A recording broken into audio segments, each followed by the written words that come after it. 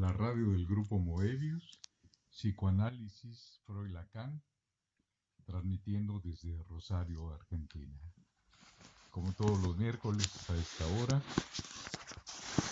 estamos con la doctora Dombrowski, transmitiendo literatura. Doctora, ¿cómo le va? ¿Qué tal, Luis Torres? ¿Cómo le va? ¿Cómo estamos? Bien, aquí andamos. Estamos solitos, seguimos solos. Sigue esa mujer sufriendo en Europa. Qué terrible, es duro, Sí, duro. es la Sobre foto que manda. Sí. Y yo creo que no le envidiamos porque aquí estamos también en Argentina. Con estos tiempos interesantes que nos toca vivir realmente Sí, es maravilloso. Ya lo dijo Confucio, ¿no? Fue Confucio. sí, que dijo que no sabía qué moneda iba a haber la No, semana que entra. no, me refiero que Confucio dijo, ojalá te toquen tiempos interesantes. Y que eso fue interpretado como que era una puteada. ¿Qué significa una puteada? Sí, una puteada, un insulto, ¿no? Ah, Eh, hablar de groserías, decirle de groserías sería alguien a la vida. así, eh, todo Está eso. bien, porque no puede ser tan lineal la vida. Todo el tiempo felicidad. Hay que sufrir. Bueno, un poquito, un poquito, pero no tanto. No, comparando con la Europa del siglo pasado, la guerra, uff, eso sí que fue duro, doctora. No, y la crisis del 30. ¿Como una guerra? La miseria que había, ¿no? En el 1930. Al menos contaba mi padre lo que uno lee y sí, fue muy duro, fue muy duro. En realidad la vida es dura, ¿no? O sea, no es fácil. Eh, Me parece que cada día va siendo más fácil, pero bueno, no es no sé si es más fácil. comparándola con el siglo pasado. Mm, no sé, ahí tengo Ya la mis... segunda parte del siglo pasado ya no estuvo tan mal. Claro, lo que pasa es... El otro día recordábamos que era a Ritbo, eh, que decía que ¿dónde al hombre se le enseñó a ser hombre? Nunca. Lo que sí, él supo en la familia ser como ser padre. Lo mismo le pasó a la mujer. ¿Quién le enseñó a ser mujer? Nadie. O sea, pero sí en la familia, en su escuela de la familia, le enseñaron a ser madre. Intuyen, más o menos, por lo que escuchan, pispean. Eh, entonces, ¿cómo es esto de ser hombre? ¿Cómo es esto de ser mujer? Y entonces, por supuesto, es todo basado en el malentendido, ¿no? Todo en esto, sí, justamente el malentendido, el desencuentro.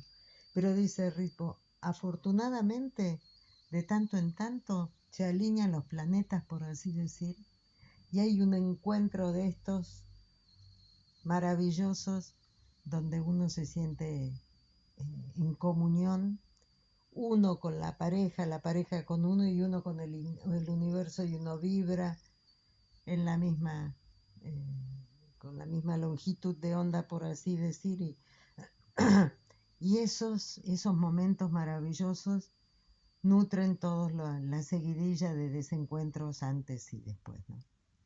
Entonces creo que la vida es un poco eso, ¿no? O sea, una apostar a que hay esos momentos en que los planetas se alinean y el encuentro y la comunión eh, y todo es maravilloso, aunque sea un instante. Creo que pasa por ahí, ¿no? Se me ocurre. Muy bien. Eh, ¿Comenzamos? Comenzamos. Sí, sí. Nos dejó Irma y a Italo Calvino. La- un primer un primer cuento es las aventuras la aventura de un matrimonio. El obrero Arturo Masolari hacía el turno de noche, el que terminaba a las 6. Para volver a su casa tenía un largo trayecto que recorría en bicicleta con buen tiempo, en tranvía los meses lluviosos e invernales. Llegaba entre las 7 menos cuarto y las 7, a veces un poco antes, otras un poco después de que sonara el despertador de Elid, su mujer. A menudo los dos ruidos, el sonido del despertador y los pasos de él al entrar, se superponían en la mente de Elid, alcanzándola en el fondo del sueño. Ese sueño compacto de la mañana temprano, que ella trataba de seguir exprimiendo unos segundos con la cara hundida en la almohada. Después se levantaba repentinamente de la cama y ya estaba metiendo a ciega los brazos en la bata, el pelo sobre los ojos. Elid se le aparecía así en la cocina, donde Arturo sacaba los recipientes vacíos del bolso que llevaba al trabajo, la fiambrera, el termo, y los depositaba en el fregadero. Ya había encendido el calentador y puesto el café. Apenas la miraba, Elid se pasaba una mano por el pelo, se esforzaba por abrir bien los ojos, como si cada vez se avergonzase un poco de esa primera imagen que el marido tenía de ella al regresar a casa, siempre tan en desorden, con la cara medio dormida. Cuando dos han dormido juntos es otra cosa. Por la mañana, los dos emergen del mismo sueño. Los dos son iguales. En cambio, a veces entraba él en la habitación para despertarla con una taza de café, un minuto antes de que sonara el despertador. Entonces todo era más natural. La mueca al salir del sueño adquiría una dulzura indolente. Los brazos que se levantaban para estirarse desnudos terminaban por ceñir el cuello de él. Se abrazaban. Arturo llevaba el chaquetín impermeable. Al sentirlo cerca, ella sabía el tiempo que hacía, si llovía o había niebla o no o nieve, según lo húmedo y frío que estuviera. Pero igual le decía, ¿qué tiempo hace? Y él empezaba como de costumbre a refunfuñar medio irónico, pasando revista a los inconvenientes que había tenido, empezando por el final, el recorrido en bicicleta, el tiempo que hacía al salir de la fábrica, distinto del que hacía la noche anterior al entrar, y los problemas en el trabajo, los rumores que corrían en la sección y así sucesivamente. A esa hora la casa estaba siempre mal caldeada, pero Elid se había desnudado completamente, temblaba un poco y se lavaba en el cuartito de baño. Detrás llegaba él con más calma, se desvestía y se lavaba también, lentamente. Se quitaban encima el polvo y la grasa del taller. Al estar así los dos juntos al mismo lavabo, medio desnudos, un poco ateridos, dándose algún empellón, quitándose de la mano el jabón, el dentrífico, y siguiendo con las cosas que tenían que decirse, llegaba el momento de la confianza. Y a veces, frotándose mutuamente la espalda, se insinuaba una caricia y terminaban abrazados. Pero de pronto Elid, Dios mío, ¿qué hora es ya? Y corrió a ponerse el portaligas, la falda, a toda prisa, de pie, y con el cepillo yendo y viniendo por el pelo, y adelantaba la cara hacia el espejo de la cómoda, con las horquillas apretadas entre los labios. Arturo la seguía, encendió un cigarrillo y la miraba de pie, fumando, y siempre parecía un poco incómodo por verse ahí sin poder hacer nada. Elid estaba lista. Se ponía el abrigo en el pasillo, se daban un beso, abría la puerta y ya se le oía bajar corriendo las escaleras. Arturo se quedaba solo. Seguía el ruido de los tacones de Elid peldaños abajo. Y cuando dejaba de oírla, la seguía con el pensamiento, los brincos veloces en el patio, el portal, la acera, hasta la parada del tranvía. El tranvía, en cambio, lo escuchaba bien. Chirriar, pararse, y el golpe del estribo cada vez que subía alguien. Lo ha atrapado, pensaba, y veía a su mujer agarrada entre la multitud de obreros y obreras al 11, que la llevaba a la fábrica como todos los días. Apagaba la colilla, cerraba los postigos de la ventana. La habitación quedaba a oscuras. Se metía en la cama. La cama estaba como la había dejado Elida al levantarse, pero de su lado. El de Arturo estaba casi intacta, como si acabaran de tenderla. Él se acostaba de su lado como corresponde, pero después estiraba una pierna hacia el otro, donde había quedado el calor de su mujer. Estiraba la otra pierna y así poco a poco se desplazaba hacia el lado de Lid, aquel nicho de tibieza que conservaba todavía la forma del cuerpo de ella, y hundía la cara en su almohada, en su perfume, y se dormía. Cuando volvía Elid por la tarde, Arturo hace un rato que daba vueltas por las habitaciones. Había encendido la estufa, puesto algo de cocinar. Ciertos trabajos los hacía él en esas horas anteriores a la cena, como hacer la cama, barrer un poco y hasta poner en remojo la ropa para lavar. Elid encontraba todo mal hecho, pero a decir verdad no por ello se esmeraba más. Lo que hacía era una especie de ritual para esperarla, casi como casi como salirle al encuentro, aunque quedándose entre las paredes de la casa, mientras afuera se encendían las luces y ella pasaba por las tiendas en medio de esa animación, fuera del tiempo de los barrios donde hay tantas mujeres que hacen la compra por la noche. Por fin oía los pasos por la escalera, muy distintos a los de la mañana, ahora pesados, porque Lid subía cansada de la jornada de trabajo y cargada con la compra. Arturo salía al rellano, le tomaba de la mano la cesta, entraban hablando. Elid se dejaba caer en una silla de la cocina, sin quitarse el abrigo, mientras él sacaba las cosas de la cesta. Después, arriba, un poco de coraje, decía ella, y se levantaba. Se quitaba el abrigo, se ponía ropa de estar por casa. Empezaban a preparar la comida, cena para los dos.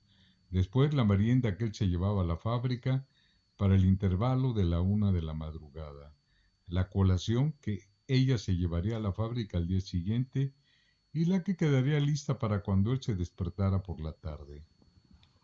Elida a rato se movía, a rato se sentaba en la silla de paja, le daba indicaciones. Él, en cambio, era la hora en que estaba descansando. No paraba, quería hacerlo todo, pero siempre un poco distraído, con la cabeza ya en otra parte. En esos momentos a veces estaba a punto de chocar, de decirse unas palabras hirientes, porque Lid hubiera querido que él estuviera más atento a lo que ella hacía, que pusiera más empeño, o que fuera más afectuoso, que estuviera más cerca de ella, que le diera más consuelo. En cambio Arturo, después del primer entusiasmo, porque ella había vuelto, ya estaba con la cabeza fuera de casa, pensando en darse prisa porque tenía que marcharse. La mesa puesta con todo listo y al alcance de la mano para no tener que levantarse. Llegaba el momento en que los dos sentían la zozobra de tener tan poco tiempo para estar juntos y casi no conseguían llevarse la cuchara a la boca de las ganas que tenían de estarse ahí tomados de las manos. Pero todavía no había terminado de filtrarse el café y él ya estaba junto a la bicicleta para ver si no faltaba nada. Se abrazaban. Parecía que solo entonces Arturo se daba cuenta de lo suave y tibia que era su mujer, pero cargaba al hombro la barra de la bici y bajaba con cuidado la escalera. Elid lavaba los platos, miraba la casa de arriba abajo, las cosas que había hecho su marido, meneando la cabeza. Ahora él corría por las calles oscuras, entre los escasos faroles. Quizá ya había dejado atrás el gasómetro. Elid se acostaba, apagaba la luz. Desde su lado, acostada, corría una pierna hacia el lugar de su marido buscando su calor, pero advertía cada vez que donde ella dormía estaba más caliente, señal de que también Arturo había dormido ahí, y eso la llenaba de una gran ternura. Veremos ahora la aventura de un poeta, del mismo Italo Calvino. Las orillas del islote eran altas, rocosas. Encima crecía la mancha baja y tupida de la vegetación que resiste la cercanía del mar. En el cielo volaban las gaviotas. Era una isla pequeña próxima a la costa, desierta, sin cultivar. En media hora se le podía dar la vuelta en barca y hasta en bote de goma, como el de los dos que se acercaban. Un hombre que remaba tranquilo, la mujer acostada tomando el sol. Al aproximarse en hombre, aguzó la oreja. ¿Has oído algo?, preguntó ella. Silencio, dijo. Las islas tienen un silencio que se oye. En realidad, todo silencio consiste en la red de menudos ruidos que lo envuelve. El silencio de la isla se diferenciaba del silencio del tranquilo mar circundante porque estaba recorrido por murmullos vegetales, cantos de pájaros o un brusco rumor de alas. Abajo, al pie de las rocas, el agua, aquel día sin una ola. Era de un azul intenso, límpido, atravesada hasta el fondo por los rayos del sol. En la escollera se abrían bocas de cavernas, y los dos del bote se acercaban perezosamente a explorarlas. Era una costa del sur, poco afectada todavía por el turismo, y los dos bañistas venían de fuera. Él era un tal Usnelli, poeta bastante conocido. Ella, Delia H., una mujer muy bella. Delia era una admiradora del sur, apasionada, francamente fanática y tendida en el bote, hablaba con continuo transporte de todo lo que veía. Y quizá también cierto tono de polémica porque le parecía que Usnelli, recién llegado a aquellos lugares, participaba de su entusiasmo menos de los debido. Espera, decía Usnelli, espera. ¿Esperar qué? ¿Quieres algo más hermoso que esto?, decía ella. Él, desconfiado, por naturaleza y por educación literaria, de las emociones y las palabras que otros habían hecho suyas, habituado más a descubrir las bellezas escondidas y espurias que las manifiestas e indiscutibles, estaba sin embargo con los nervios de punta. La felicidad era para Usnelli un estado de suspensión, de esos que se han de vivir conteniendo la respiración. Desde que se había enamorado de Delia veía en peligro su cautelosa, avara relación con el mundo, pero no quería renunciar a nada, ni de sí mismo, ni de la felicidad que se le ofrecía. Ahora estaba alerta, como si cada grado de perfección que la naturaleza circundante alcanzaba, un decantarse del azul del agua, una transformación del verde de la costa en ceniciento, la alerta de un pez que asomaba justo ahí donde era más lisa la superficie del mar, solo sirviera para preceder otro grado más alto, y así sucesivamente, hasta el punto en que la línea invisible del horizonte se abriera como una ostra, revelando de pronto un planeta distinto o una palabra nueva. Entraron en una gruta. Al principio era espaciosa, casi un lago interior de un verde claro bajo una alta bóveda rocosa. Más adelante se estrechaba en una oscura galería. Con el remo el hombre hacía girar el bote sobre sí mismo para gozar de los diversos efectos de la luz. La de afuera, que se metía por la grieta irregular de la entrada, deslumbraba con sus colores avivados por el contraste. Allí el agua irradiaba y las láminas de luz rebotaban hacia arriba, contrastando con las blandas sombras que se alargaban desde el fondo. Reflejos y manchas de luz comunicaban a la roca de las paredes y de la bóveda la inestabilidad del agua. Aquí comprendes a los dioses, dijo la mujer. Dijo Usnelli. Estaba nervioso. Su mente, habituada a traducir las sensaciones en palabras, ahora nada. No conseguía formular ni una sola. Se internaron. El bote dejó atrás un bajito, el dorso de una roca al ras del agua.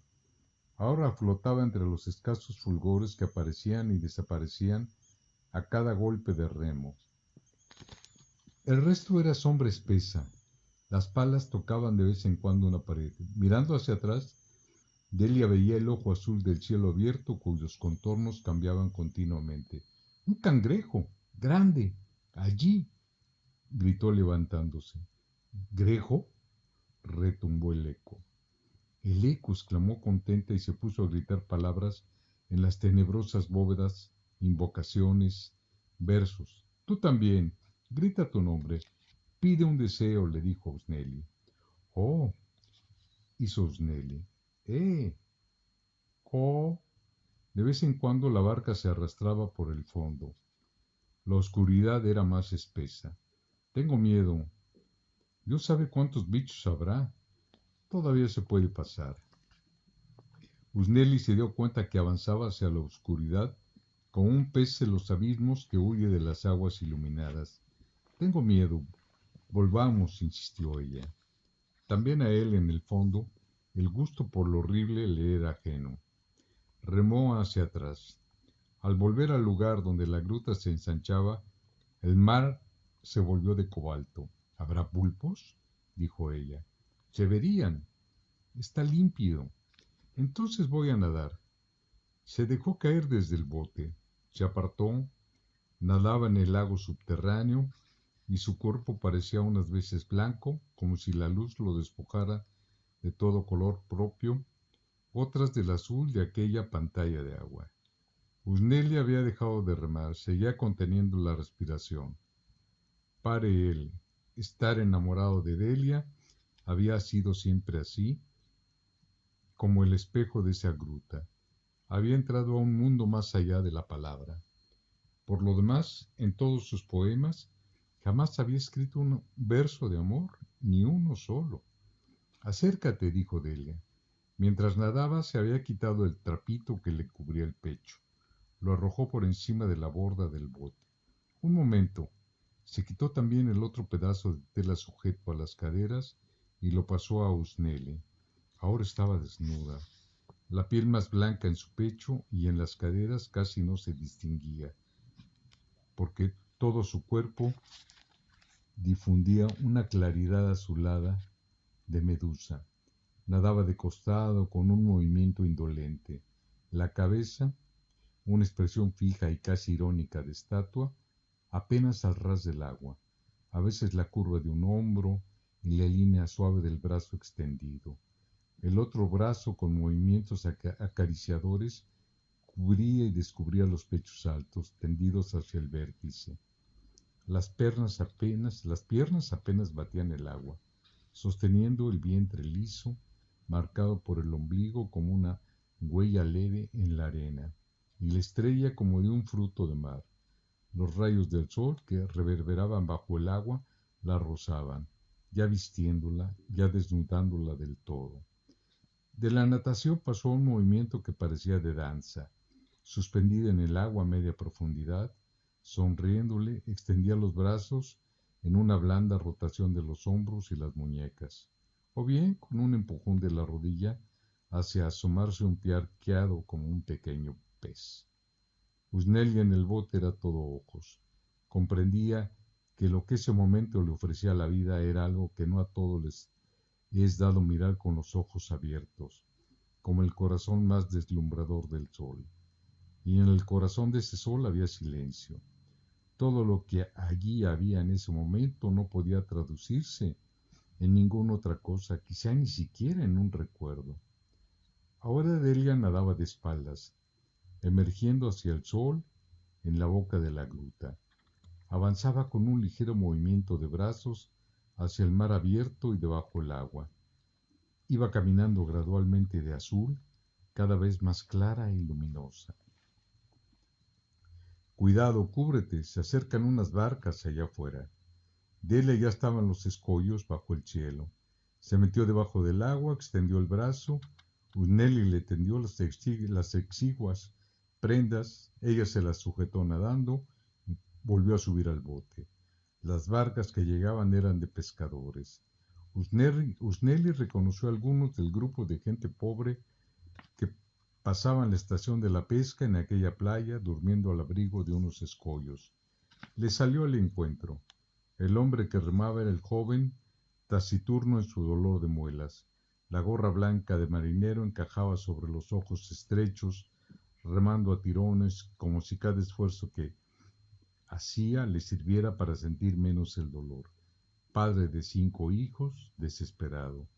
El viejo iba en la popa. Un sombrero mexicano de paja coronaba con una aureola toda deshilachada la figura flaca, los ojos redondos y muy abiertos, en otro tiempo quizás por soberbia fanfarrona.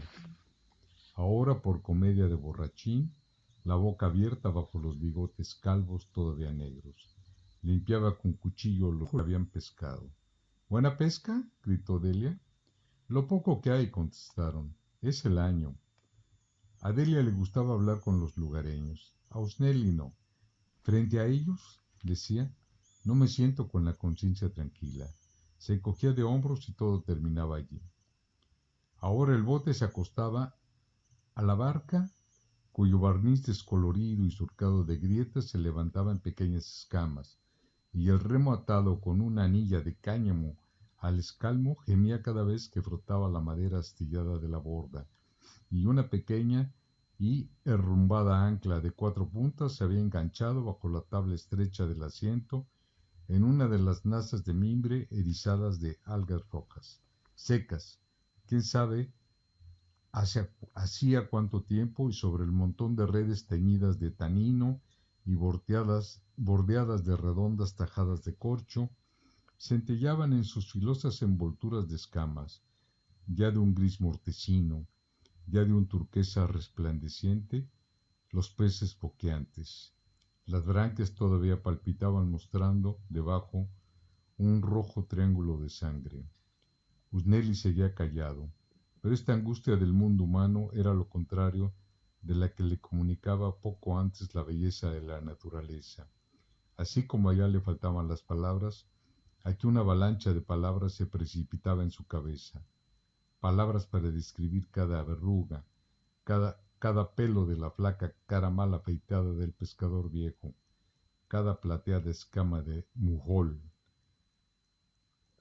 En la orilla vio otra barca en seco, volcada, sostenida por caballetes, y de las sombras salían las plantas de los pies descalzos de unos hombres dormidos, los que habían estado pescando durante toda la noche. Cerca, una mujer todavía vestida de negro, sin cara, ponía una olla sobre un fuego de algas, del que subía una larga humareda. La orilla en aquella cala era de guijarros grises. Las manchas de colores desteñidos eran los delantales de los niños que jugaban, los más pequeños vigilados por las hermanas mayorcitas y regañonas, y los mayores y más despabilados, con cortos calzones hechos de viejos pantalones de adulto, corrían arriba y abajo entre los escollos y el agua.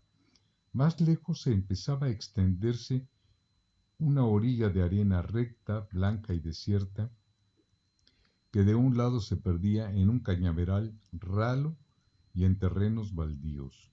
Un joven vestido de fiesta, todo de negro, incluso el sombrero, con el bastón al hombro y un hato colgando, caminaba junto al mar a lo largo de la playa, marcando con los clavos de los zapatos la friable costa de arena. Seguramente un campesino o un pastor de un pueblo del interior que había bajado a la costa para ir a algún mercado y que seguía el camino pegado al mar buscando el alivio de la brisa. El ferrocarril mostraba los hilos, el terraplén, los postes, la cerca, después desaparecía en un túnel y volvía a empezar más adelante. Desaparecía, salía nuevamente como las puntadas de una costura irregular. Por encima de los guardacantones blancos y negros de la carretera asomaban unos olivos bajos. Más arriba las colinas se cubrían de brezo, pastos y matorrales o solamente de piedras.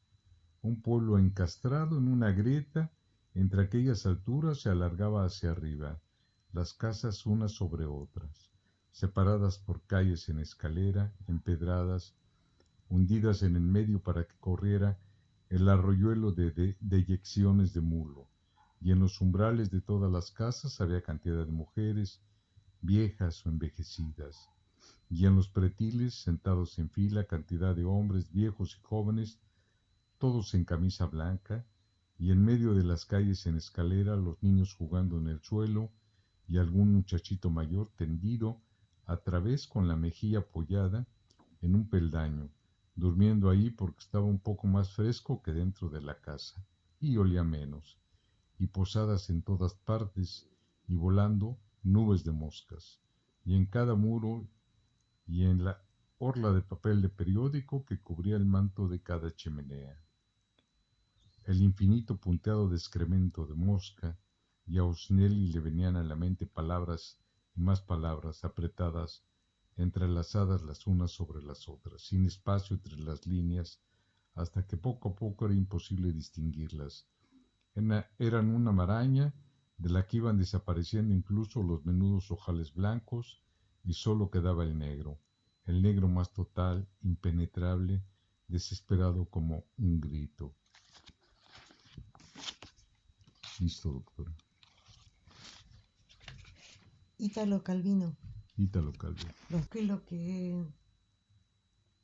De lo que, de lo que se habla acá es el miedo. Me parece que hay un miedo, o al menos una precaución, un respeto al, a la entrega total, al dejarse llevar, a ser a entregarse completamente, a dejarse fluir, como se dice ahora, ¿no? O sea, eh, ¿qué es esto que le pasa a Arturo, ¿no? Que cuando llega la esposa cansada del trabajo, o sea, ellos ahí tenían tal vez un par de horas como para poder estar juntos. Eh, pero eso del otro, ¿no? El gran otro más que el otro. El gran otro, siempre presente, presente incluso hasta digitándoles la vida, ¿no? Uno tiene que dormir a una hora, el otro tiene que dormir a otra hora, y después está la cuestión que cuando ellos eh, podrían cenar, podrían estar juntos, podrían encontrarse, podrían eh, hacer el amor, eso, ¿no? O sea, demostrarse el amor y el cariño, está, está este gran otro metiéndose entre medio, ¿no? Metiéndose en que hay que preparar 3 meriendas, hay que no olvidarse del café que van a llevar, que el termo esté listo, que la bicicleta no sé qué, no sé cuánto, que el tranvía. Todo el tiempo es agradar al otro, agradar al gran otro. Y entonces no se permiten ese encuentro, que es posible.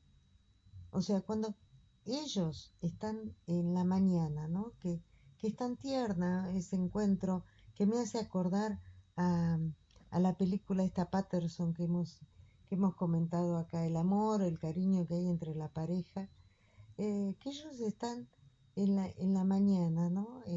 Arreglándose, él porque, bueno, se tiene que higienizar porque viene de la calle y del trabajo, y ella porque se tiene que higienizar para ella ir a trabajar, ¿no? O sea, están ahí los dos semidesnudos y no se permiten siquiera el encuentro de los besos, los abrazos, las caricias, no sé, hacer el amor, algo, ¿no? Porque ella ya sale corriendo, no vaya a perder el tranvía. Eh, y todo lo que lo que pueden llegar a disfrutar, en el caso de Arturo y Elite, es, es ese calorcito, ¿no? Es eso que queda, es ese calor, ¿no? Que deja el cuerpo eh, en esa cama donde los dos duermen en el mismo lugar. O sea, tienen mucha necesidad uno del otro.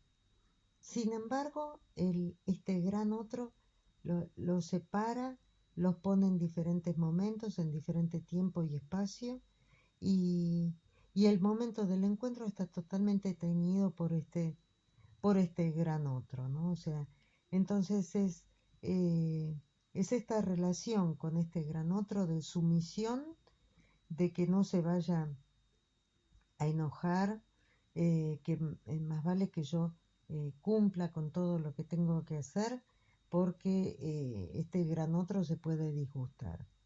Eso con respecto al caso de Arturo y Elid, ¿no? Y, eh, y cuando están, ¿no? Están en eh, ese mar que es Delia y no me acuerdo el nombre del escritor, Usnelli creo que es. Eh, Están siendo atraídos como el canto de las sirenas, ¿no? Como esas sirenas donde iba Odiseo y que le hace poner a toda la tripulación, ¿no? Iban en el barco, les hace tapar los oídos con cera porque pasaban por la isla de las sirenas, y entonces si ellos eran atraídos por el canto de las sirenas, seducidos por el canto de las sirenas, iban a ser eh, atrapados, ¿no? Iban a quedar allí varados. eh, entonces, como él tenía que guiar el barco y tenía que saber cómo se manejaba toda la situación, les pone cera en los oídos a todos los marineros de su tripulación, y él no se pone cera en los oídos, pero se hace atar con cadenas para no desatarse y no quedar subyugado por el canto de las sirenas. ¿Qué es eso lo que trae la mujer? O sea, acá de lo que estamos hablando es de esa mujer, de esa mm, de esa hechicera, ¿no? Que arrastra al hombre con sus encantos y lo lleva a las profundidades. O sea, ¿qué es esa caverna? ¿No? ¿Qué es esa caverna? Esa caverna no es ni más ni menos que los genitales femeninos, los genitales de Delia, que encima él lo cuenta como una mujer bellísima y de quien él está enamorado. Entonces se van introduciendo todo la descripción que hace del juego de luces, de la luz en el cuerpo de ella y demás, no es ni más ni menos que un acto sexual, ¿no? O sea, es la penetración, la salida, la entrada, la salida, es toda la cadencia del juego amoroso, ¿no? Del coito. Es esto que va y que viene, ¿no? O sea, eh, todo, por eso él no tiene palabras, porque es ese encuentro maravilloso que se da y que no casualmente, ¿no? O sea, me llama la atención que en la introducción estábamos recordando la idea esta de Ritpo que dice, eh, bueno, uno anda por la vida y siempre todo se trata de desencuentros, hasta que resulta ser que hay un instante donde se alinean los planetas y hay un encuentro que es maravilloso entre el hombre y la mujer, que es el momento del acto sexual, del orgasmo, de ese momento genial, digamos, y con ese se nutre, ¿no? Y da esperanzas a seguir en la vida, en todos esos desencuentros que uno va teniendo, en todos esos malos entendidos. Entonces, eso que describe, esa entrada en la caverna, esa entrada y salida y cómo él la ve a ella, ¿no? Como una hechicera, como una sirena, como una diosa, ¿no? Incluso ella se desnuda, nada desnuda. Es muy sensual, toda esa descripción es muy sensual, pero en un determinado momento tienen que llegar a la realidad. Que cómo lo, lo manifiesta, cómo lo describe Ítalo Calvino, diciendo que se le llena de palabras la boca, ¿no? O sea, hasta ese momento, todo ese tiempo que era el encuentro de del encuentro de lo real, de la carne, de los dos seres amándose, el uno adentro del otro, ¿no? Entrando, saliendo, esa perfección, esa delicia, esa exquisitez que como es el acto sexual. Ahí no hay palabras, ahí no hay palabras porque es una, una comunión en las profundidades del ser, no solamente en las profundidades de los genitales, sino también es ese encuentro en las profundidades de cada uno donde se produce esa comunión. Pero cuando ya después aparece todo este grupo de gente, estos hombres, los pescadores, ¿no es cierto? Y entonces a él se le llena la boca de palabras, ¿no? Y empieza a describir toda toda una situación como es una aldea de pescadores, cómo van saliendo y cómo él va entrando en la realidad, en la cruda realidad de lo que es la vida del trabajador, ¿no? La vida del trabajador, esto de que hay que conseguir el pan, eh, eh, los hijos, ¿no? Que van a ayudar a trabajar para juntar dinero. Ahí está este pescador que llega con su padre a pescar, ¿no? Entran en la caverna, en estas grutas. eh, y este hombre tenía 5 hijos y un dolor de muelas insoportable, y sin embargo estaba ahí para pescar, ¿no?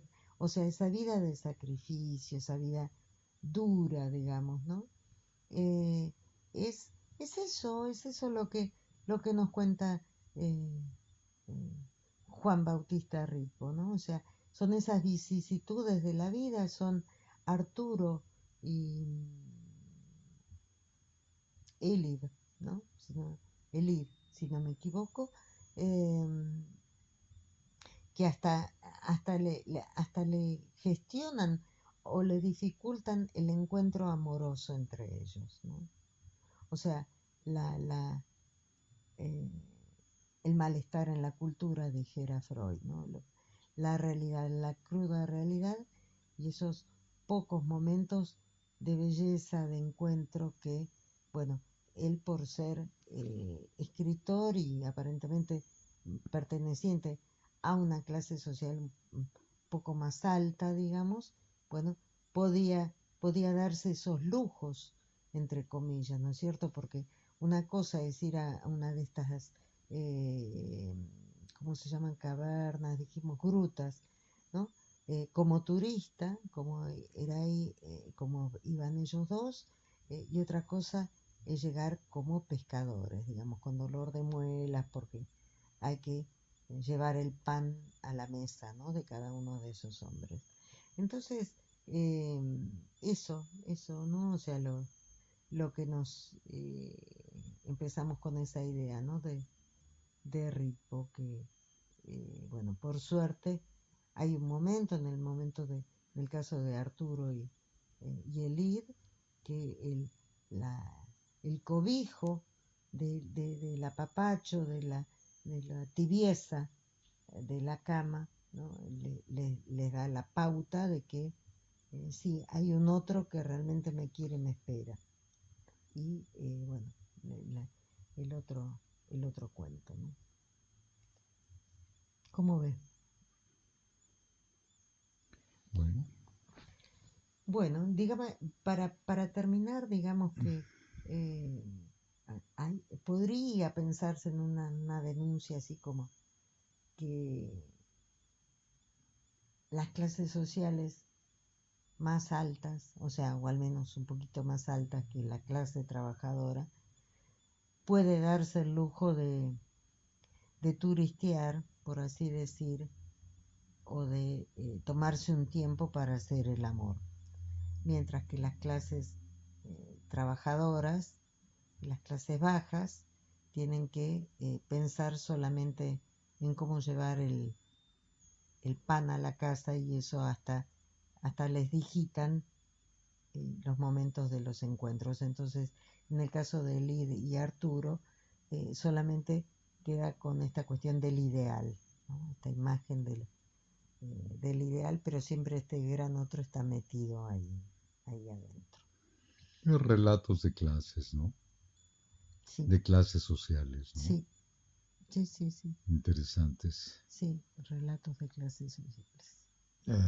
Y bueno, rudos, fuertes, Ujú. Duros, muy duros. como es la lucha de clases. Ujú. Interesante el hecho de que él eh,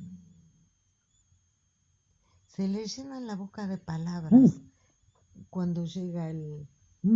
Salud, salud. Gracias. Cuando llegan los trabajadores, los pescadores, ¿no? Ujú. Como él se le llenan la boca de palabras, ¿no? O sea, no sé si lo dice así, pero más o menos. Que uno dice que se está justificando, siente culpa, que él puede estar de turista eh, y los otros vienen a trabajar realmente. Bueno, ahí nos queda la duda. Sí. Muy bien. Bueno, Nos vemos el seguimos. próximo miércoles. Sí, ya el próximo miércoles, eh, que no está... Ah, no, todavía no llegó, Irma. Es el último miércoles sin Irma. Claro, el último, sí, sí, sí, sí. Un día después del paro nacional en la Argentina. Ujú, Un ujú. día después de lucha de clases. Ah, sí, tiene razón. Sí, le quería decir, bueno, ella se comunicó, escuchó el programa. eh, El anterior. sí, sí, el que no estaba muy contenta y que se lo estábamos cuidando el espacio y, y que, bueno, que está muy, muy feliz de que nosotros le cuidemos el espacio ese donde ella encuentra las palabras que ella no encuentra en sí misma adentro, como este escritor, ¿no? No es casual que nos deje este texto, Aventuras de un poeta de Italo Calvino, en el que eh, justamente al revés de ella, eso tendría que ella irlo pensando, ¿no? O sea, ella se queda sin palabras, Ujú. mientras que el que es escritor se llena de palabras. Entonces la pregunta que habría que hacerle a Irma sería, ¿no será que ella está nadando en las profundidades del ser? No le preguntemos cómo, pero Claro. bueno, que está Lo nadando y más que por eso probable. no tiene palabras. eh, pero bueno, Pero también, sí, sí, y también por otro lado, que se fue pero no se fue. Nos dejó la dura realidad de Argentina, la lucha de clases, la dura pelea que hay ahora, ¿no? ajá, Se fue a Europa, al lugar bonito, ujú. la cueva con los destellos del sol, de El ese mar azul, Mediterráneo, ay, sí. sí. Y ¿Se cuando acuerda llegan del los Pireo? pescadores, pues viene el paro nacional del próximo miércoles. ¿Se acuerda de la isla de Grecia? Ah, sí. En ese mar azul, azul como la bandera de Grecia. Qué belleza, qué belleza. Bueno, sigamos con Lucy Volvamos con y Lucy, la hermosa Lucy. ahí vamos, ¿eh?